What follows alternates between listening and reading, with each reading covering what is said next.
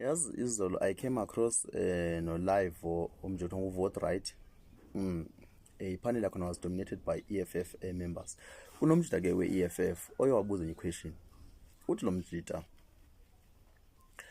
abantu xa besithi makajoyine i-MK ayabuza ukuthi na uJacob intoni le azoyenzelwa nguJacob Zuma or i-MK, because Jacob Zuma was in power kwi-ANC ebala iminyaka eminingi. Yeah. Kodwa akazenzanga lezi zinto lezi athemsa ukuthi uzozenza ngoku.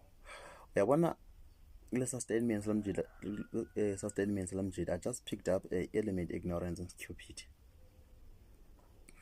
Yabona xa usazi ukuthi na ngobani abagweve nomhlaba i-economy yethu ama-minerals wethu ngobani, andiqondi bongayibuza lo mbuzo ubhekise nxamalala bekusuppose ukuthi nje uyazi, if you understand ukuthi umhlaba ukobani ngobani abaphethe umhlaba wethu. Uyabona kwi-ANC kune-NEC. I-NEC inamandla kakhulu ukudlula upresident, iyakwazi nokumrecalla if akenze kahle.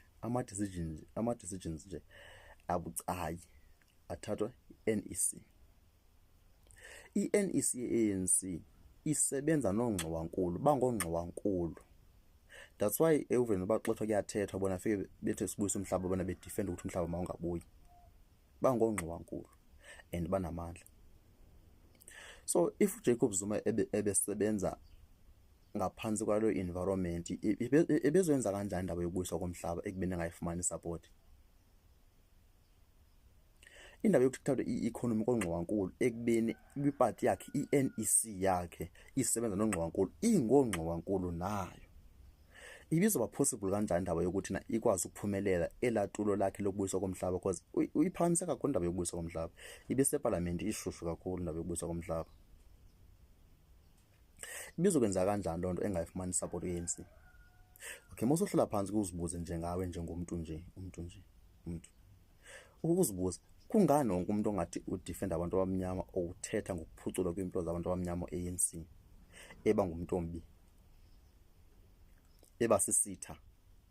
Uphanyaza lusofi ngoku nosolonga kuwo ebeye kwi-disciplinary hearing ngenxa nje ukuthi na advocate for usizo labantu abamnyama, complain nje ukuthi nabantu abamnyama aziphucwa impilo zabo and ithi this and that, bambiza bamtsala ngendlebe. Why ANC wonke umuntu ongathi na uzama ukuphucula impilo zabantu abamnyama eba ngumuntu orongo? uHlawuti lona wakhupha i-SABC esikolotoni wathi abaculi ba-South Africa mabahlomle bayokubulawa indlala makudlula umculo wabo, naye ungumuntu ombi namhlanje. If usebenza ingqondo yakho uhlale ekhaya nje ucabanga, why ungawuzibuza lo mbuzo leyo? Okay, fine.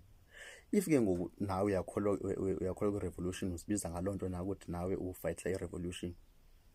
Okay, right. Kutheni uzosebenzisa information oyinikezwa ngabantu abagweve nomhlaba wethu? Because ukuthi uZuma lisela isive ngabantu abagwevene i-economy ukuthi uJacob Zuma lisela bengamfuni nje.